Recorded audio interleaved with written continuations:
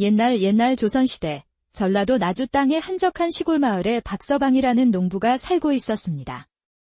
박서방은 체구는 왜소했지만 그 눈빛만은 새벽별처럼 총명하게 빛났고 다부진 턱선은 그의 강직한 성품을 보여주는 듯 했습니다. 농사철에는 누구보다 성실하게 밭을 갈았고 농사가 한가한 겨울에는 집신을 삼아 팔아 빠듯한 살림을 꾸려나갔습니다. 그의 본명은 박득수였는데 어릴 적부터 남달리 머리 회전이 빠르고 재치가 넘쳐 흘렀습니다. 18살 때 마을 최고의 부자인 김진사 댁의 장작을 훔쳤다는 억울한 누명을 쓴 일이 있었지요.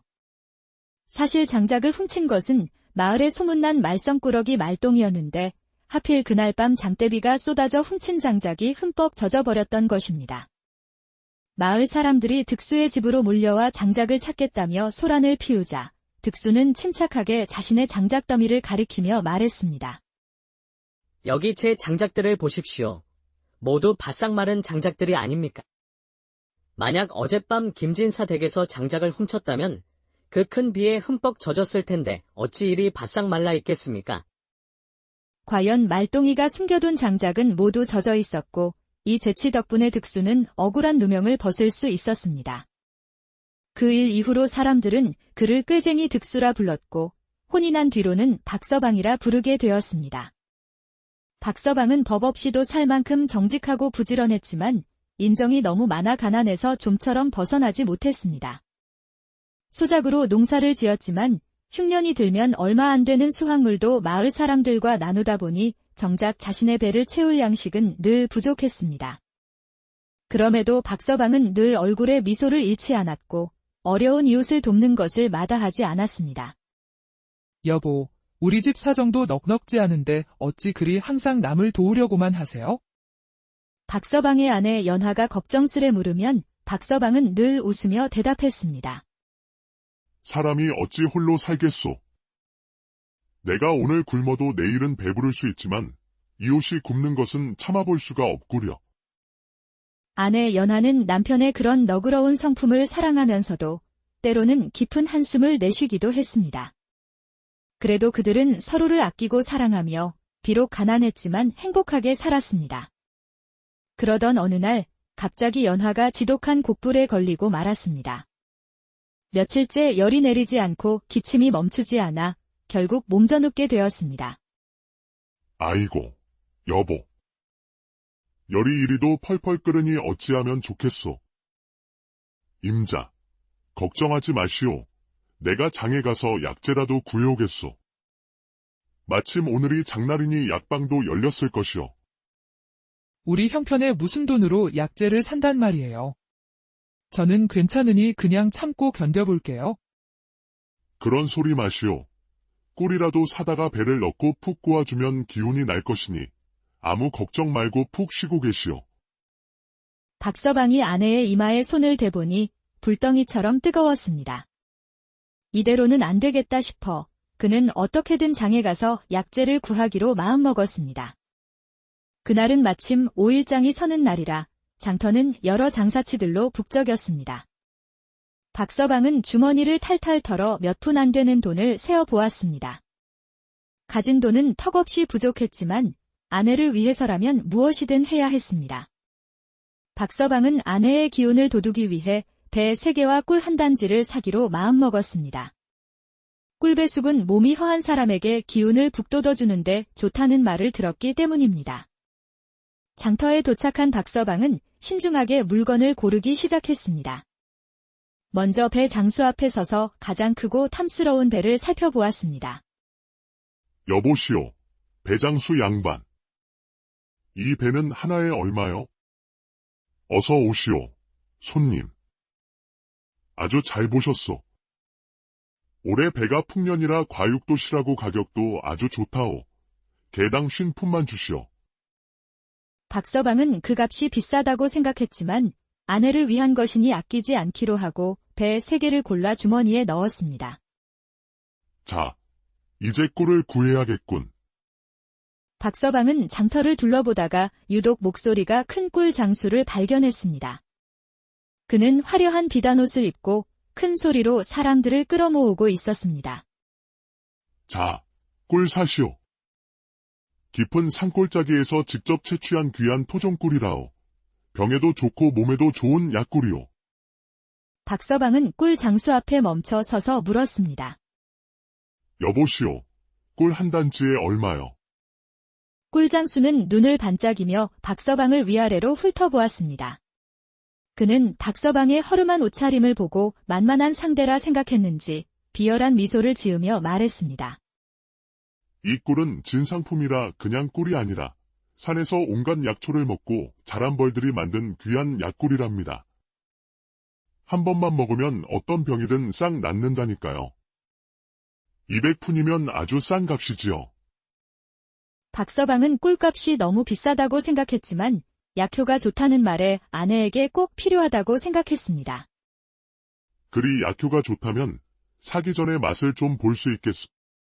꿀장수는 재빨리 대답했습니다. 아이고, 이걸 맛본다고 손가락을 푹 담그면 어쩌시오. 이 귀한 약꿀이 더러워지면 약효가 떨어진다니까요. 자, 이렇게 위에만 살짝 맛보시면 됩니다요.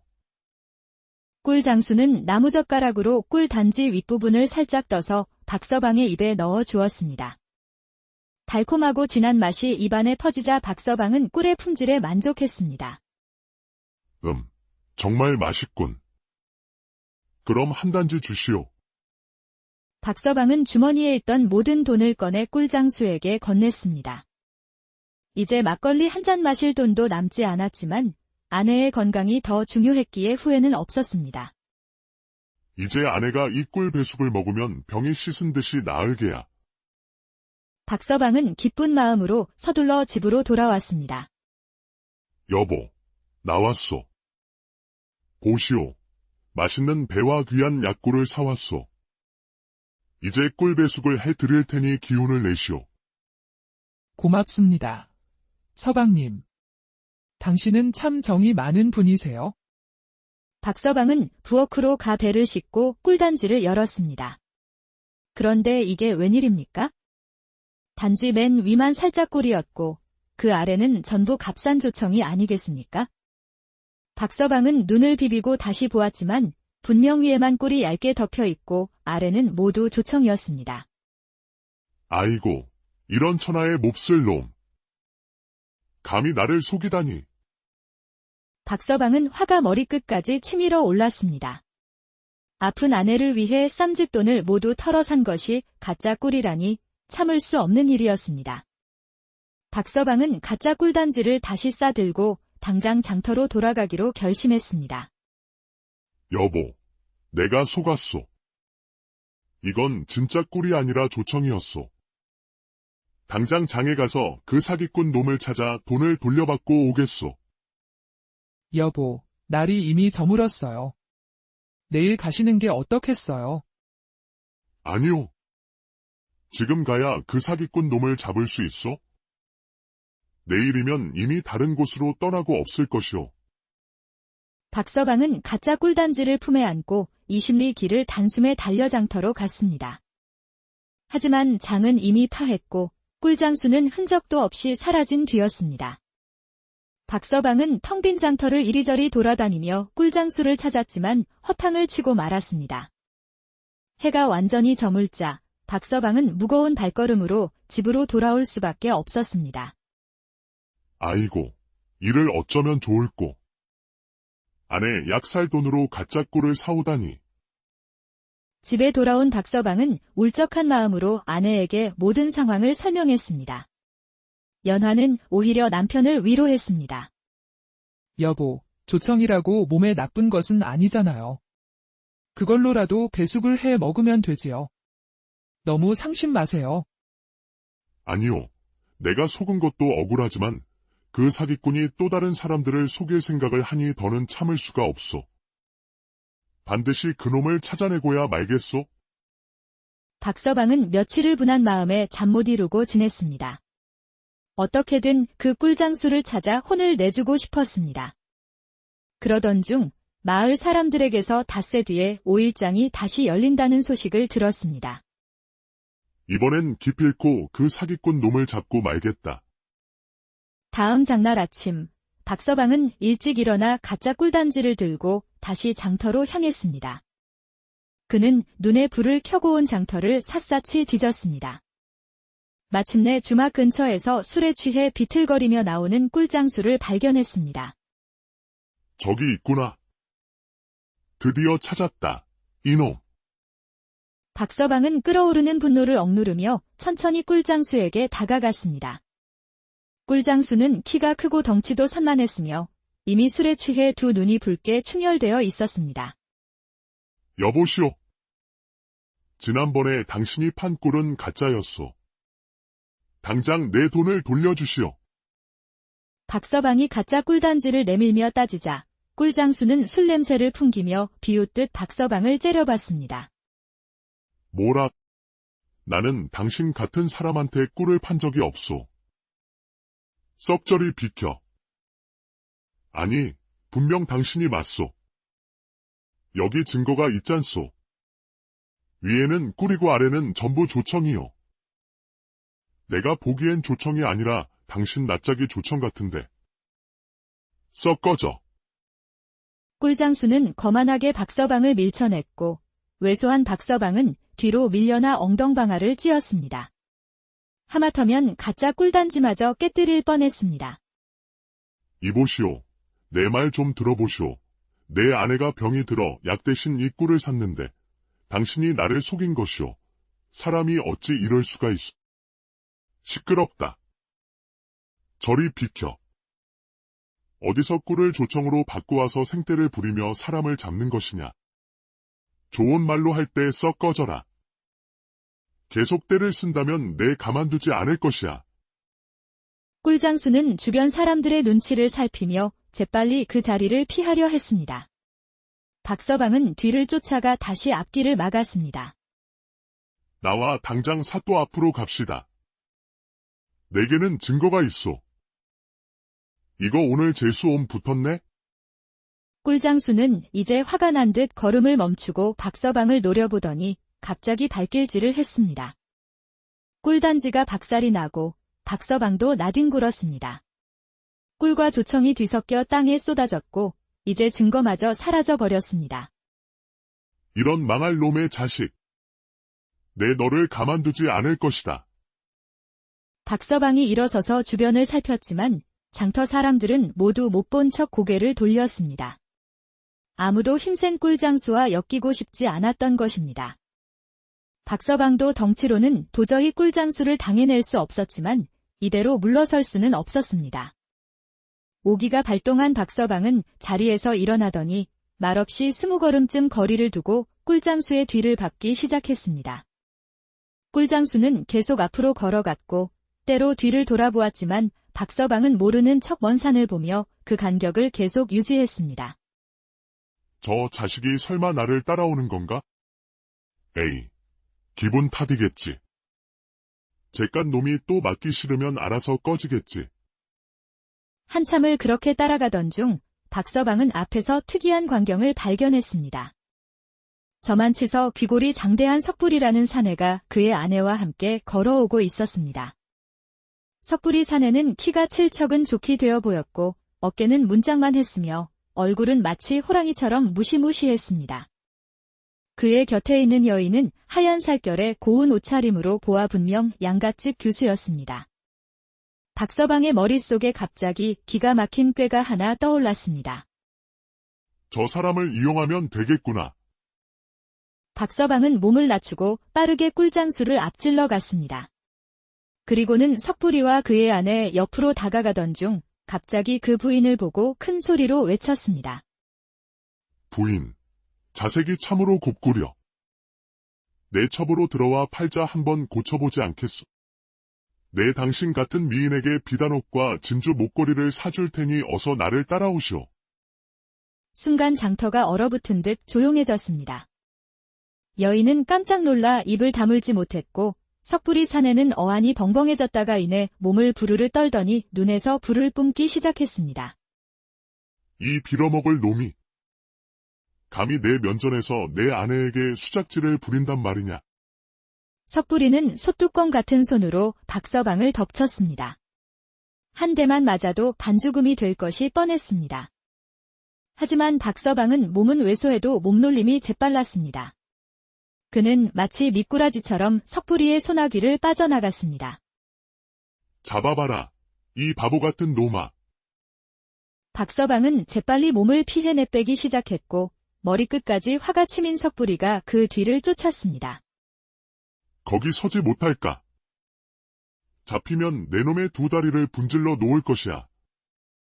박서방은 주먹 다짐에서는 밀리지만 달리기는 자신이 있었습니다. 고된 농사일로 단련된 다리는 바람처럼 빨랐지요. 그는 일정 간격을 유지하며 의도적으로 꿀장수가 있는 방향으로 달렸습니다. 마침내 저만치 앞서가던 가짜 꿀장수를 발견했습니다. 꿀장수는 아직도 박서방이 자신을 따라오는지 확인하느라 뒤를 돌아보고 있었습니다. 박서방은 달리는 속도를 더 높여 꿀장수 옆을 지나가며 큰 소리로 외쳤습니다. 형님도 빨리 도망가시오. 저 불안당 같은 놈이 나와 형님을 다 잡아 죽이려 한다오. 우리 빨리 도망칩시다. 그 말을 끝내고 박서방은 바람처럼 달아나 버렸습니다. 당황한 꿀장수는 뒤를 돌아보다가 맹수처럼 달려오는 석부리를 보고 겁에 질렸습니다. 석부리는 갑자기 앞에 나타난 꿀장수를 보고 그가 아까 도망친 놈의 형님이라고 생각하고는 멱살을 잡았습니다. 내 놈을 먼저 죽이면 내 놈 동생이 송장을 치우러 오겠지. 오늘 너희 둘 다 내 손에 죽을 줄 알아라. 왜 이러시오? 나와 무슨 상관이 있다는 게요? 나는 그 자와 아무 관계도 없소. 거짓말 마라. 분명 내 동생 놈이 내 아내를 희롱했으니 내 놈도 한패인 것이나 다름없다. 꿀장수의 말이 채 끝나기도 전에 석부리의 주먹이 날아와 그의 얼굴을 강타했습니다. 꿀장수는 피를 흘리며 바닥에 쓰러졌고 석부리는 멈추지 않고 계속해서 꿀장수를 두들겨 팼습니다. 버드나무 뒤에서 이 광경을 지켜보던 박서방은 입가에 미소를 머금었습니다. 석부리가 꿀장수를 몇 대 더 때리더니 마침내 지쳐서 고개 너머로 사라졌습니다. 박서방은 석부리가 완전히 사라진 것을 확인한 후 반송장이 된 꿀장수에게 다가갔습니다. 기억나시오. 나는 당신이 가짜 꿀을 팔아 속인 사람이요. 내가 당신에게 사또 앞으로 가자고 했지만 거절했지요. 이제 봤소. 세상에는 사또보다 무서운 것이 더 많다는 것을. 꿀장수는 공포에 질린 눈으로 박서방을 바라보았습니다. 그는 이제야 자신이 꾀에 넘어간 것을 깨달은 듯 했습니다. 제발 살려주시오. 다시는 그런 짓 안 하겠소. 돈은 어디 있어? 꿀장수는 허리춤에서 돈주머니를 꺼냈습니다. 박서방은 그 주머니를 받아들고 안에 돈을 세어보았습니다. 꿀값보다 훨씬 많은 돈이 들어 있었습니다. 내 꿀값만 가져가겠소. 나머지는 당신 것이니 그 돈으로 약이나 사서 몸조리하시오. 박서방은 꿀값만큼의 돈을 꺼내고 나머지는 꿀장수 옆에 놓아두었습니다. 그리고는 휘파람을 불며 집으로 향했습니다. 집으로 돌아가는 길에 박서방은 약방에 들러 아내를 위한 약재를 샀고 진짜 꿀도 한 단지 샀습니다. 여보, 다녀왔소. 여기 약재와 진짜 꿀을 가져왔소. 여보, 어찌 된 일이세요? 어떻게 돈을 돌려받고 약과 꿀까지 사오셨어요? 박서방은 활짝 웃으며 오늘 있었던 일을 모두 이야기해 주었고 연하는 깜짝 놀랐다가 이내 웃음을 터뜨렸습니다. 아이고, 여보. 당신은 정말 재주가 많으시군요. 그 꿀장수가 얼마나 놀랐을까요? 너무 놀라똥을 지렸을 것이오. 지금쯤 상처를 매만지며 반성하고 있지 않겠소. 부부는 함께 웃으며 꿀배숙을 만들었고 며칠 후 연화의 병은 씻은 듯이 나았습니다. 이 소문은 마을의 삽시간에 퍼졌고 사람들은 박서방의 재치와 꾀에 감탄했습니다. 그 후로 꿀장수는 다시는 그 지역에 얼씬도 하지 않았고 마을 장터의 다른 장수들도 감히 가짜 물건을 팔지 못했다고 합니다. 세월이 흘러 박서방은 마을에서 가장 지혜로운 어른으로 존경받게 되었습니다. 한 번은 마을에 홍수가 나서 집들이 물에 잠길 위기에 처했을 때 박서방이 앞장서서 둑을 쌓고 물길을 돌리는 방법을 제안해 마을을 구했습니다. 박서방 어른이 아니었다면 우리 마을은 이미 물에 잠겼을 거요. 맞소. 박서방 어른의 지혜가 우리 모두를 구했소. 또 한 번은 마을에 도적대가 나타나 사람들을 괴롭혔습니다. 그때도 박서방은 꾀를 내어 마을에 전염병이 돌고 있다는 헛소문을 퍼뜨려 도적들을 겁주어 쫓아냈습니다. 나이가 들어 머리가 하얗게 센 박서방은 자주 마을 젊은이들에게 이런 말을 해주곤 했습니다. 세상에는 힘센 사람보다 지혜로운 사람이 더 많은 것을 이룰 수 있단다. 지혜란 책으로만 배우는 것이 아니라 삶 속에서 깨닫는 것이니라. 그리고는 젊은 시절 꿀장수를 혼내준 이야기를 들려주며 지혜의 중요성을 가르쳤습니다. 그의 지혜는 선한 의도에서 비롯되었기에 더욱 빛났고 많은 사람들에게 사랑과 존경을 받으며 오래오래 옛날 조선시대 전라도 나주 땅의 한적한 시골 마을에 박서방이라는 농부가 살고 있었습니다. 박서방은 체구는 왜소했지만 그 눈빛만은 새벽별처럼 총명하게 빛났고 다부진 턱선은 그의 강직한 성품을 보여주는 듯 했습니다. 농사철에는 누구보다 성실하게 밭을 갈았고 농사가 한가한 겨울에는 집신을 삼아 팔아 빠듯한 살림을 꾸려나갔습니다. 그의 본명은 박득수였는데 어릴 적부터 남달리 머리 회전이 빠르고 재치가 넘쳐 흘렀습니다. 18살 때 마을 최고의 부자인 김진사 댁의 장작을 훔쳤다는 억울한 누명을 쓴 일이 있었지요. 사실 장작을 훔친 것은 마을에 소문난 말썽꾸러기 말똥이었는데 하필 그날 밤 장대비가 쏟아져 훔친 장작이 흠뻑 젖어버렸던 것입니다. 마을 사람들이 득수의 집으로 몰려와 장작을 찾겠다며 소란을 피우자 득수는 침착하게 자신의 장작 더미를 가리키며 말했습니다. 여기 제 장작들을 보십시오. 모두 바싹 마른 장작들이 아닙니까? 만약 어젯밤 김진사 댁에서 장작을 훔쳤다면 그 큰 비에 흠뻑 젖었을 텐데 어찌 이리 바싹 말라 있겠습니까? 과연 말똥이가 숨겨둔 장작은 모두 젖어 있었고 이 재치 덕분에 득수는 억울한 누명을 벗을 수 있었습니다. 그 일 이후로 사람들은 그를 꾀쟁이 득수라 불렀고 혼이 난 뒤로는 박서방이라 부르게 되었습니다. 박서방은 법 없이도 살 만큼 정직하고 부지런했지만 인정이 너무 많아 가난해서 좀처럼 벗어나지 못했습니다. 소작으로 농사를 지었지만 흉년이 들면 얼마 안 되는 수확물도 마을 사람들과 나누다 보니 정작 자신의 배를 채울 양식은 늘 부족했습니다. 그럼에도 박서방은 늘 얼굴에 미소를 잃지 않았고 어려운 이웃을 돕는 것을 마다하지 않았습니다. 여보, 우리 집 사정도 넉넉지 않은데 어찌 그리 항상 남을 도우려고만 하세요? 박서방의 아내 연화가 걱정스레 물으면 박서방은 늘 웃으며 대답했습니다. 사람이 어찌 홀로 살겠소. 내가 오늘 굶어도 내일은 배부를 수 있지만 이웃이 굶는 것은 참아볼 수가 없구려. 아내 연화는 남편의 그런 너그러운 성품을 사랑하면서도 때로는 깊은 한숨을 내쉬기도 했습니다. 그래도 그들은 서로를 아끼고 사랑하며 비록 가난했지만 행복하게 살았습니다. 그러던 어느 날 갑자기 연화가 지독한 곡불에 걸리고 말았습니다. 며칠째 열이 내리지 않고 기침이 멈추지 않아 결국 몸져눕게 되었습니다. 아이고, 여보. 열이 이리도 펄펄 끓으니 어찌하면 좋겠소. 임자, 걱정하지 마시오. 내가 장에 가서 약재라도 구해오겠소. 마침 오늘이 장날이니 약방도 열렸을 것이오. 우리 형편에 무슨 돈으로 약재를 산단 말이에요. 저는 괜찮으니 그냥 참고 견뎌볼게요. 그런 소리 마시오. 꿀이라도 사다가 배를 넣고 푹 구워주면 기운이 날 것이니 아무 걱정 말고 푹 쉬고 계시오.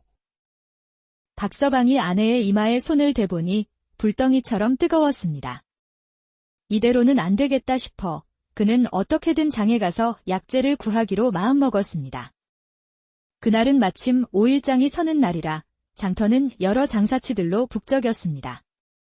박서방은 주머니를 탈탈 털어 몇 푼 안 되는 돈을 세어 보았습니다.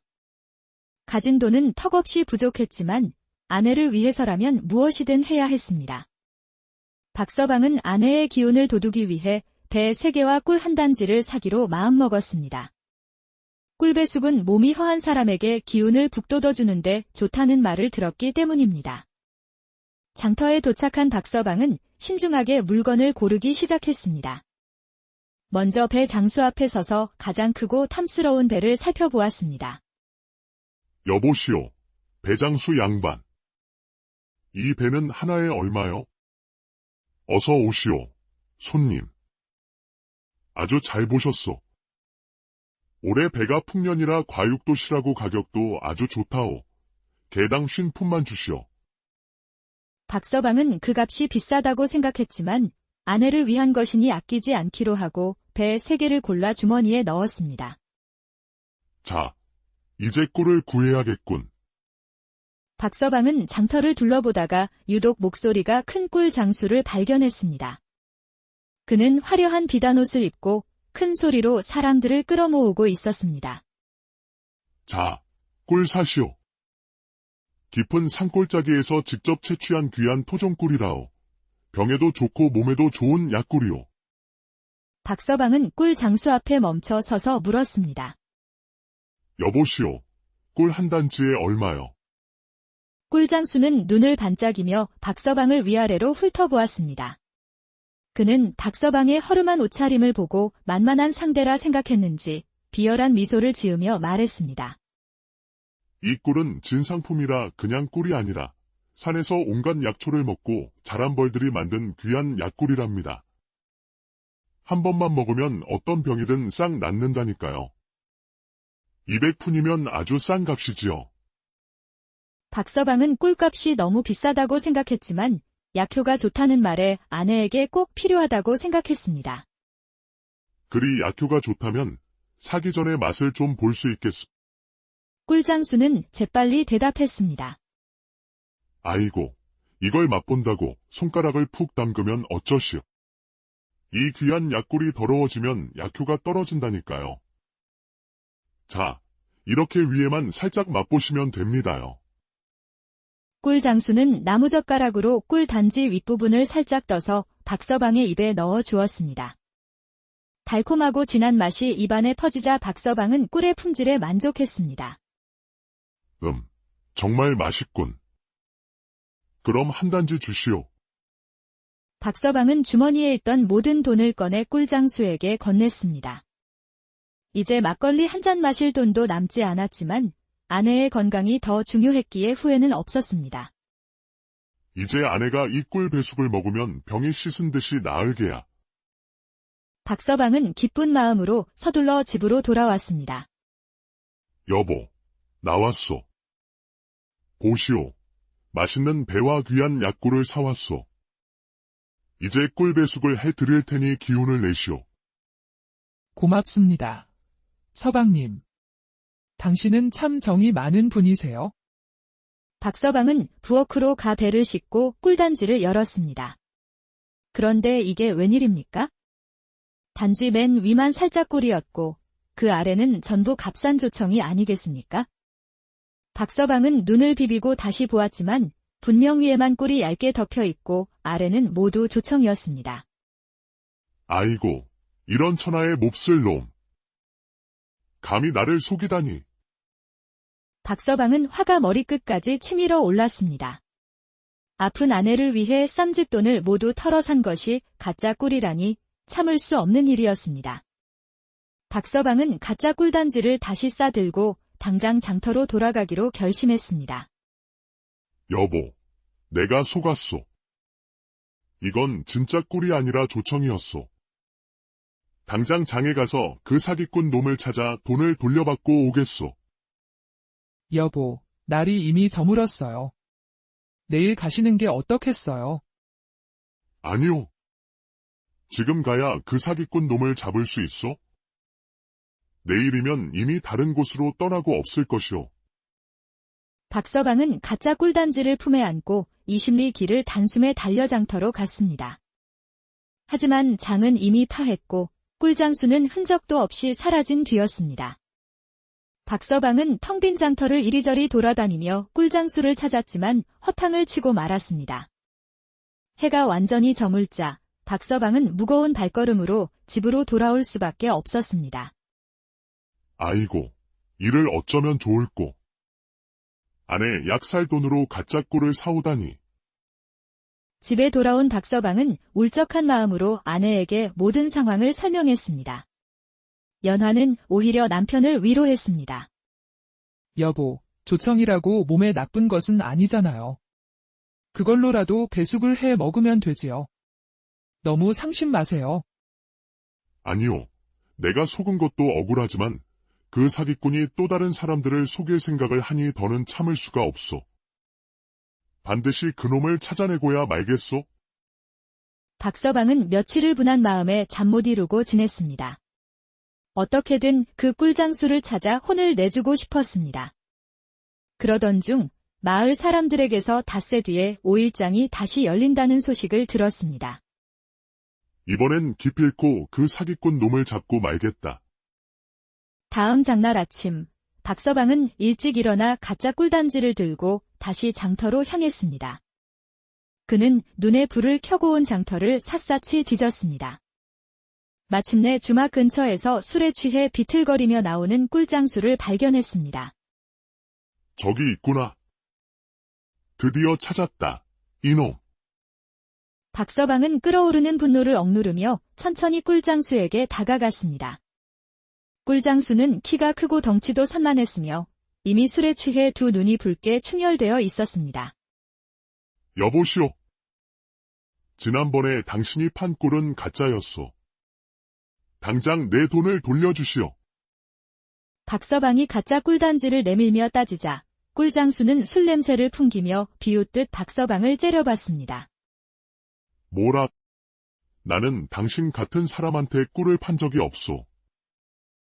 썩저리 비켜. 아니, 분명 당신이 맞소. 여기 증거가 있잖소. 위에는 꿀이고 아래는 전부 조청이요. 내가 보기엔 조청이 아니라 당신 낯짝이 조청 같은데. 썩 꺼져. 꿀장수는 거만하게 박서방을 밀쳐냈고 왜소한 박서방은 뒤로 밀려나 엉덩방아를 찧었습니다. 하마터면 가짜 꿀단지마저 깨뜨릴 뻔했습니다. 이보시오. 내 말 좀 들어보시오. 내 아내가 병이 들어 약 대신 이 꿀을 샀는데 당신이 나를 속인 것이오. 사람이 어찌 이럴 수가 있어. 시끄럽다. 저리 비켜. 어디서 꿀을 조청으로 바꾸어서 생떼를 부리며 사람을 잡는 것이냐. 좋은 말로 할 때 썩 꺼져라. 계속 때를 쓴다면 내 가만두지 않을 것이야. 꿀장수는 주변 사람들의 눈치를 살피며 재빨리 그 자리를 피하려 했습니다. 박서방은 뒤를 쫓아가 다시 앞길을 막았습니다. 나와 당장 사또 앞으로 갑시다. 내게는 증거가 있소. 이거 오늘 재수옴 붙었네? 꿀장수는 이제 화가 난 듯 걸음을 멈추고 박서방을 노려보더니 갑자기 발길질을 했습니다. 꿀단지가 박살이 나고 박서방도 나뒹굴었습니다. 꿀과 조청이 뒤섞여 땅에 쏟아졌고 이제 증거마저 사라져버렸습니다. 이런 망할 놈의 자식. 내 너를 가만두지 않을 것이다. 박서방이 일어서서 주변을 살폈지만 장터 사람들은 모두 못 본 척 고개를 돌렸습니다. 아무도 힘센 꿀장수와 엮이고 싶지 않았던 것입니다. 박서방도 덩치로는 도저히 꿀장수를 당해낼 수 없었지만 이대로 물러설 수는 없었습니다. 오기가 발동한 박서방은 자리에서 일어나더니 말없이 20걸음쯤 거리를 두고 꿀장수의 뒤를 밟기 시작했습니다. 꿀장수는 계속 앞으로 걸어갔고 때로 뒤를 돌아보았지만 박서방은 모르는 척 먼 산을 보며 그 간격을 계속 유지했습니다. 저 자식이 설마 나를 따라오는 건가? 에이, 기분 탓이겠지. 잿간 놈이 또 맞기 싫으면 알아서 꺼지겠지. 한참을 그렇게 따라가던 중 박서방은 앞에서 특이한 광경을 발견했습니다. 저만치서 귀골이 장대한 석불이라는 사내가 그의 아내와 함께 걸어오고 있었습니다. 석불이 사내는 키가 7척은 좋게 되어 보였고 어깨는 문짝만 했으며 얼굴은 마치 호랑이처럼 무시무시했습니다. 그의 곁에 있는 여인은 하얀 살결에 고운 옷차림으로 보아 분명 양갓집 교수였습니다. 박서방의 머릿속에 갑자기 기가 막힌 꾀가 하나 떠올랐습니다. 저 사람을 이용하면 되겠구나. 박서방은 몸을 낮추고 빠르게 꿀장수를 앞질러 갔습니다. 그리고는 석부리와 그의 아내 옆으로 다가가던 중 갑자기 그 부인을 보고 큰 소리로 외쳤습니다. 부인, 자색이 참으로 곱구려. 내 첩으로 들어와 팔자 한번 고쳐보지 않겠소. 내 당신 같은 미인에게 비단옷과 진주 목걸이를 사줄 테니 어서 나를 따라오시오. 순간 장터가 얼어붙은 듯 조용해졌습니다. 여인은 깜짝 놀라 입을 다물지 못했고 석부리 사내는 어안이 벙벙해졌다가 이내 몸을 부르르 떨더니 눈에서 불을 뿜기 시작했습니다. 이 빌어먹을 놈이. 감히 내 면전에서 내 아내에게 수작질을 부린단 말이냐. 석부리는 솥뚜껑 같은 손으로 박서방을 덮쳤습니다. 한 대만 맞아도 반죽음이 될 것이 뻔했습니다. 하지만 박서방은 몸은 왜소해도 몸놀림이 재빨랐습니다. 그는 마치 미꾸라지처럼 석부리의 소나귀를 빠져나갔습니다. 잡아봐라, 이 바보 같은 놈아. 박서방은 재빨리 몸을 피해 내빼기 시작했고 머리끝까지 화가 치민 석부리가 그 뒤를 쫓았습니다. 거기 서지 못할까? 잡히면 내 놈의 두 다리를 분질러 놓을 것이야. 박서방은 주먹 다짐에서는 밀리지만 달리기는 자신이 있었습니다. 고된 농사일로 단련된 다리는 바람처럼 빨랐지요. 그는 일정 간격을 유지하며 의도적으로 꿀장수가 있는 방향으로 달렸습니다. 마침내 저만치 앞서가던 가짜 꿀장수를 발견했습니다. 꿀장수는 아직도 박서방이 자신을 따라오는지 확인하느라 뒤를 돌아보고 있었습니다. 박서방은 달리는 속도를 더 높여 꿀장수 옆을 지나가며 큰 소리로 외쳤습니다. 형님도 빨리 도망가시오. 저 불안당 같은 놈이 나와 형님을 다 잡아 죽이려 한다오. 우리 빨리 도망칩시다. 그 말을 끝내고 박서방은 바람처럼 달아나 버렸습니다. 당황한 꿀장수는 뒤를 돌아보다가 맹수처럼 달려오는 석부리를 보고 겁에 질렸습니다. 석부리는 갑자기 앞에 나타난 꿀장수를 보고 그가 아까 도망친 놈의 형님이라고 생각하고는 멱살을 잡았습니다. 내 놈을 먼저 죽이면 내 놈 동생이 송장을 치우러 오겠지. 오늘 너희 둘 다 내 손에 죽을 줄 알아라. 왜 이러시오? 나와 무슨 상관이 있다는 게요? 나는 그 자와 아무 관계도 없소. 거짓말 마라. 분명 내 동생 놈이 내 아내를 희롱했으니 내 놈도 한패인 것이나 다름없다. 꿀장수의 말이 채 끝나기도 전에 석부리의 주먹이 날아와 그의 얼굴을 강타했습니다. 꿀장수는 피를 흘리며 바닥에 쓰러졌고 석부리는 멈추지 않고 계속해서 꿀장수를 두들겨 팼습니다. 버드나무 뒤에서 이 광경을 지켜보던 박서방은 입가에 미소를 머금었습니다. 석부리가 꿀장수를 몇 대 더 때리더니 마침내 지쳐서 고개 너머로 사라졌습니다. 박서방은 석부리가 완전히 사라진 것을 확인한 후 반송장이 된 꿀장수에게 다가갔습니다. 기억나시오. 나는 당신이 가짜 꿀을 팔아 속인 사람이요. 내가 당신에게 사또 앞으로 가자고 했지만 거절했지요. 이제 봤소. 세상에는 사또보다 무서운 것이 더 많다는 것을. 꿀장수는 공포에 질린 눈으로 박서방을 바라보았습니다. 그는 이제야 자신이 꾀에 넘어간 것을 깨달은 듯 했습니다. 제발 살려주시오. 다시는 그런 짓 안 하겠소. 돈은 어디 있소? 꿀장수는 허리춤에서 돈주머니를 꺼냈습니다. 박서방은 그 주머니를 받아들고 안에 돈을 세어보았습니다. 꿀값보다 훨씬 많은 돈이 들어 있었습니다. 내 꿀값만 가져가겠소. 나머지는 당신 것이니 그 돈으로 약이나 사서 몸조리하시오. 박서방은 꿀값만큼의 돈을 꺼내고 나머지는 꿀장수 옆에 놓아두었습니다. 그리고는 휘파람을 불며 집으로 향했습니다. 집으로 돌아가는 길에 박서방은 약방에 들러 아내를 위한 약재를 샀고 진짜 꿀도 한 단지 샀습니다. 여보, 다녀왔소. 여기 약재와 진짜 꿀을 가져왔소. 여보. 어찌 된 일이세요? 어떻게 돈을 돌려받고 약과 꿀까지 사오셨어요? 박서방은 활짝 웃으며 오늘 있었던 일을 모두 이야기해 주었고, 연하는 깜짝 놀랐다가 이내 웃음을 터뜨렸습니다. 아이고, 여보. 당신은 정말 재주가 많으시군요. 그 꿀장수가 얼마나 놀랐을까요? 너무 놀랐똥을 지렸을 것이오. 지금쯤 상처를 매만지며 반성하고 있지 않겠소. 부부는 함께 웃으며 꿀배숙을 만들었고, 며칠 후 연화의 병은 씻은 듯이 나았습니다. 이 소문은 마을의 삽시간에 퍼졌고, 사람들은 박서방의 재치와 꾀에 감탄했습니다. 그 후로 꿀장수는 다시는 그 지역에 얼씬도 하지 않았고, 마을 장터의 다른 장수들도 감히 가짜 물건을 팔지 못했다고 합니다. 세월이 흘러 박서방은 마을에서 가장 지혜로운 어른으로 존경받게 되었습니다.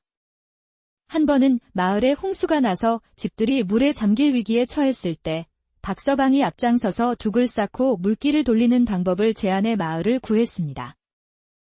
박서방 어른이 아니었다면 우리 마을은 이미 물에 잠겼을 거요. 맞소. 박서방 어른의 지혜가 우리 모두를 구했소. 또 한 번은 마을에 도적대가 나타나 사람들을 괴롭혔습니다. 그때도 박서방은 꾀를 내어 마을에 전염병이 돌고 있다는 헛소문을 퍼뜨려 도적들을 겁주어 쫓아냈습니다. 나이가 들어 머리가 하얗게 센 박서방은 자주 마을 젊은이들에게 이런 말을 해주곤 했습니다. 세상에는 힘센 사람보다 지혜로운 사람이 더 많은 것을 이룰 수 있단다. 지혜란 책으로만 배우는 것이 아니라 삶 속에서 깨닫는 것이니라. 그리고는 젊은 시절 꿀장수를 혼내준 이야기를 들려주며 지혜의 중요성을 가르쳤습니다. 그의 지혜는 선한 의도에서 비롯되었기에 더욱 빛났고 많은 사람들에게 사랑과 존경을 받으며 오래오래 옛날 조선시대 전라도 나주 땅의 한적한 시골 마을에 박서방이라는 농부가 살고 있었습니다. 박서방은 체구는 왜소했지만 그 눈빛만은 새벽별처럼 총명하게 빛났고 다부진 턱선은 그의 강직한 성품을 보여주는 듯 했습니다. 농사철에는 누구보다 성실하게 밭을 갈았고 농사가 한가한 겨울에는 집신을 삼아 팔아 빠듯한 살림을 꾸려나갔습니다. 그의 본명은 박득수였는데 어릴 적부터 남달리 머리 회전이 빠르고 재치가 넘쳐 흘렀습니다. 18살 때 마을 최고의 부자인 김진사 댁의 장작을 훔쳤다는 억울한 누명을 쓴 일이 있었지요. 사실 장작을 훔친 것은 마을에 소문난 말썽꾸러기 말똥이었는데 하필 그날 밤 장대비가 쏟아져 훔친 장작이 흠뻑 젖어버렸던 것입니다. 마을 사람들이 득수의 집으로 몰려와 장작을 찾겠다며 소란을 피우자 득수는 침착하게 자신의 장작 더미를 가리키며 말했습니다. 여기 제 장작들을 보십시오. 모두 바싹 마른 장작들이 아닙니까? 만약 어젯밤 김진사 댁에서 장작을 훔쳤다면 그 큰 비에 흠뻑 젖었을 텐데 어찌 이리 바싹 말라 있겠습니까? 과연 말똥이가 숨겨둔 장작은 모두 젖어 있었고 이 재치 덕분에 득수는 억울한 누명을 벗을 수 있었습니다. 그 일 이후로 사람들은 그를 꾀쟁이 득수라 불렀고 혼이 난 뒤로는 박서방이라 부르게 되었습니다. 박서방은 법 없이도 살 만큼 정직하고 부지런했지만 인정이 너무 많아 가난해서 좀처럼 벗어나지 못했습니다.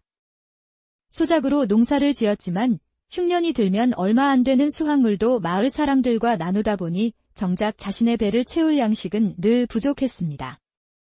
그럼에도 박서방은 늘 얼굴에 미소를 잃지 않았고 어려운 이웃을 돕는 것을 마다하지 않았습니다.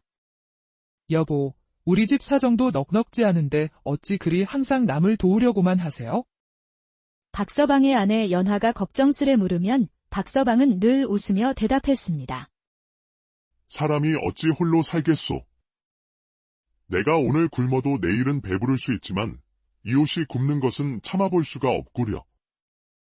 아내 연화는 남편의 그런 너그러운 성품을 사랑하면서도 때로는 깊은 한숨을 내쉬기도 했습니다. 그래도 그들은 서로를 아끼고 사랑하며 비록 가난했지만 행복하게 살았습니다. 그러던 어느 날 갑자기 연화가 지독한 곡불에 걸리고 말았습니다.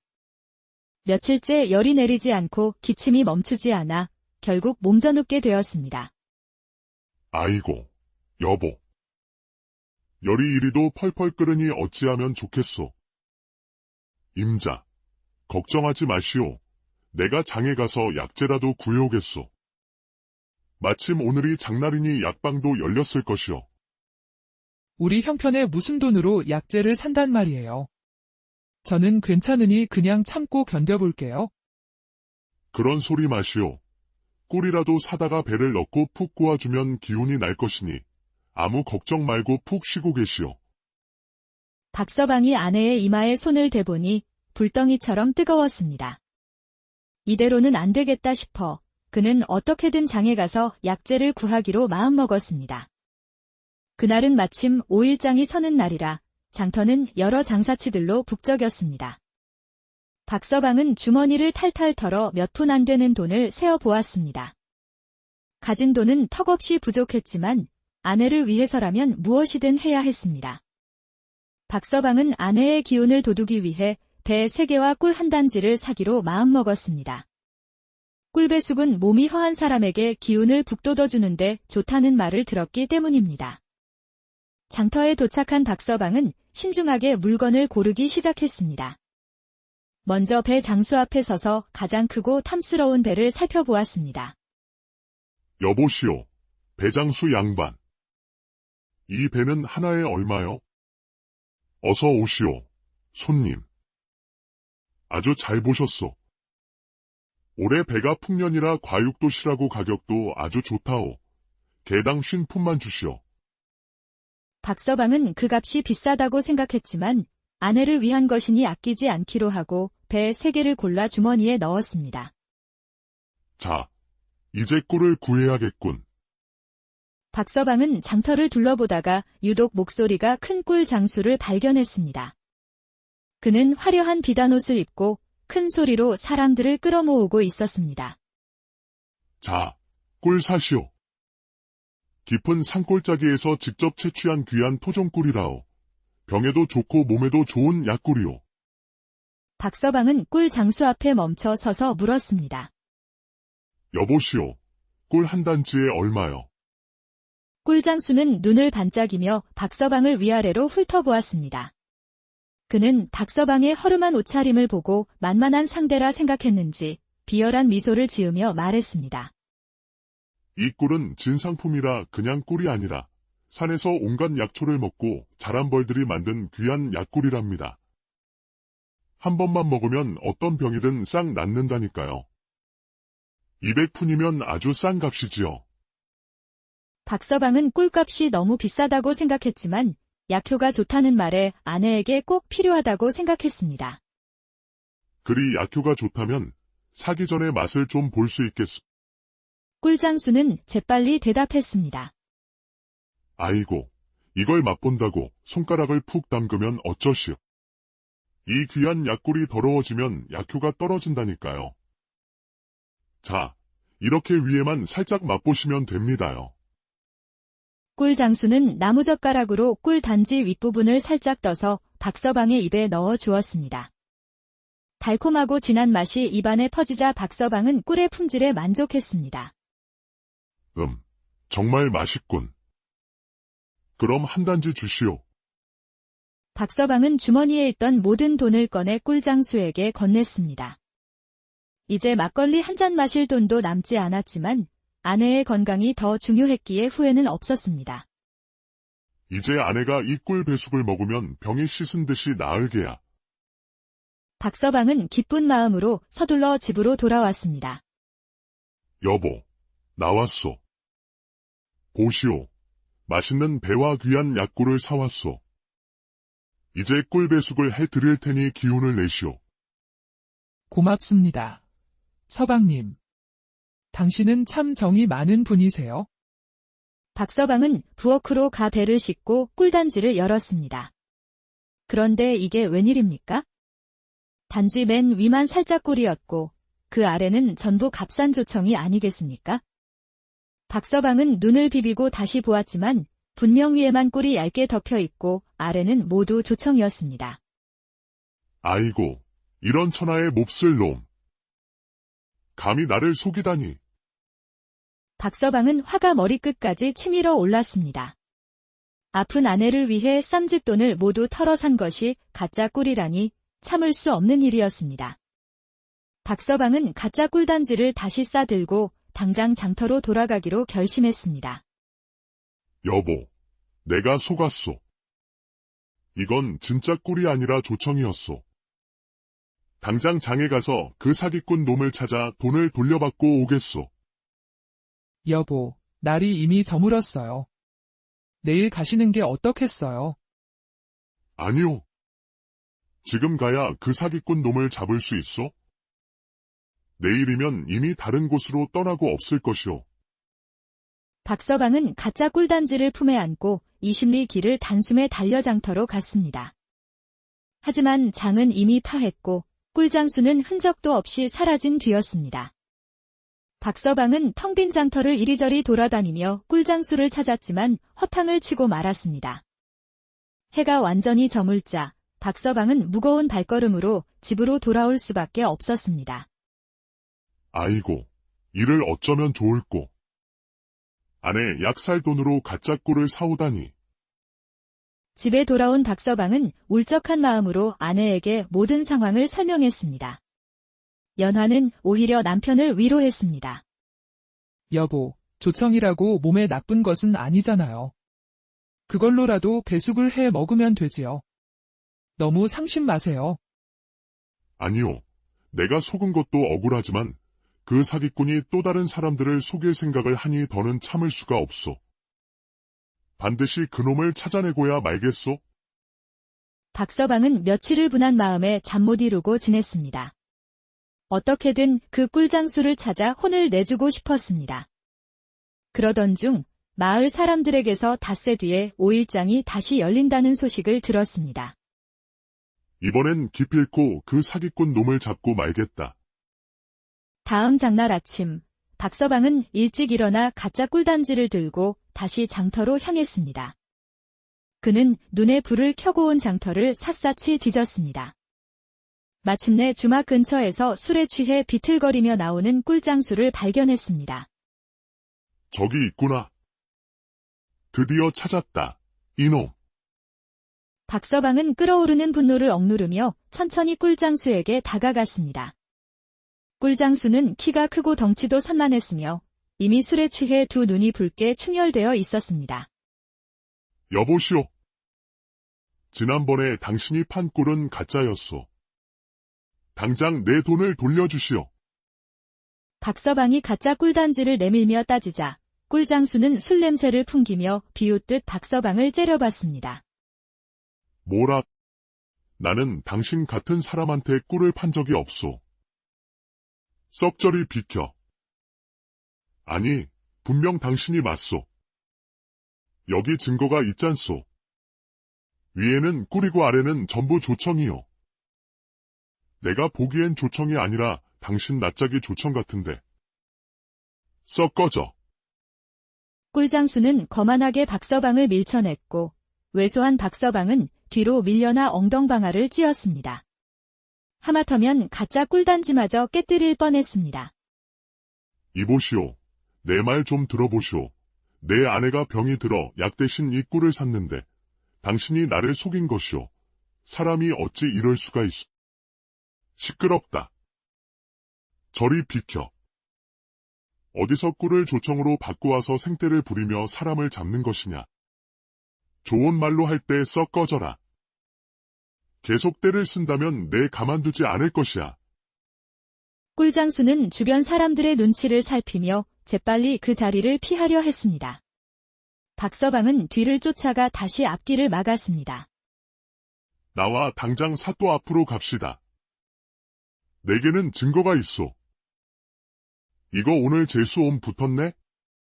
꿀장수는 이제 화가 난 듯 걸음을 멈추고 박서방을 노려보더니 갑자기 발길질을 했습니다. 꿀단지가 박살이 나고 박서방도 나뒹굴었습니다. 꿀과 조청이 뒤섞여 땅에 쏟아졌고 이제 증거마저 사라져버렸습니다. 이런 망할 놈의 자식. 내 너를 가만두지 않을 것이다. 박서방이 일어서서 주변을 살폈지만 장터 사람들은 모두 못 본 척 고개를 돌렸습니다. 아무도 힘센 꿀장수와 엮이고 싶지 않았던 것입니다. 박서방도 덩치로는 도저히 꿀장수를 당해낼 수 없었지만 이대로 물러설 수는 없었습니다. 오기가 발동한 박서방은 자리에서 일어나더니 말없이 20걸음쯤 거리를 두고 꿀장수의 뒤를 밟기 시작했습니다. 꿀장수는 계속 앞으로 걸어갔고 때로 뒤를 돌아보았지만 박서방은 모르는 척 먼 산을 보며 그 간격을 계속 유지했습니다. 저 자식이 설마 나를 따라오는 건가? 에이, 기분 탓이겠지. 잿간 놈이 또 맞기 싫으면 알아서 꺼지겠지. 한참을 그렇게 따라가던 중 박서방은 앞에서 특이한 광경을 발견했습니다. 저만치서 귀골이 장대한 석불이라는 사내가 그의 아내와 함께 걸어오고 있었습니다. 석불이 사내는 키가 7척은 좋게 되어 보였고 어깨는 문짝만 했으며 얼굴은 마치 호랑이처럼 무시무시했습니다. 그의 곁에 있는 여인은 하얀 살결에 고운 옷차림으로 보아 분명 양갓집 교수였습니다. 박서방의 머릿속에 갑자기 기가 막힌 꾀가 하나 떠올랐습니다. 저 사람을 이용하면 되겠구나. 박서방은 몸을 낮추고 빠르게 꿀장수를 앞질러 갔습니다. 그리고는 석불이와 그의 아내 옆으로 다가가던 중 갑자기 그 부인을 보고 큰 소리로 외쳤습니다. 부인, 자색이 참으로 곱구려. 내 첩으로 들어와 팔자 한번 고쳐보지 않겠소. 내 당신 같은 미인에게 비단옷과 진주 목걸이를 사줄 테니 어서 나를 따라오시오. 순간 장터가 얼어붙은 듯 조용해졌습니다. 여인은 깜짝 놀라 입을 다물지 못했고 석불이 사내는 어안이 벙벙해졌다가 이내 몸을 부르르 떨더니 눈에서 불을 뿜기 시작했습니다. 이 빌어먹을 놈이. 감히 내 면전에서 내 아내에게 수작질을 부린단 말이냐. 석불이는 솥뚜껑 같은 손으로 박서방을 덮쳤습니다. 한 대만 맞아도 반죽음이 될 것이 뻔했습니다.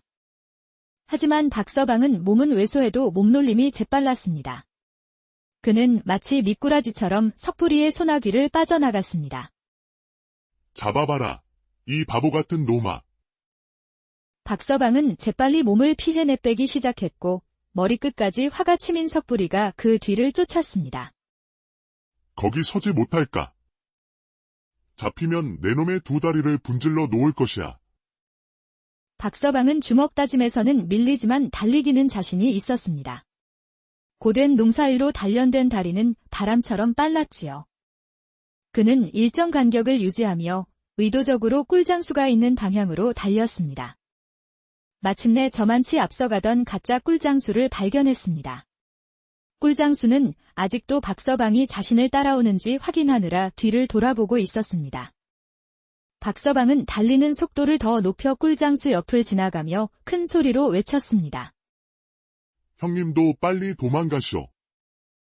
저 불안당 같은 놈이 나와 형님을 다 잡아 죽이려 한다오. 우리 빨리 도망칩시다.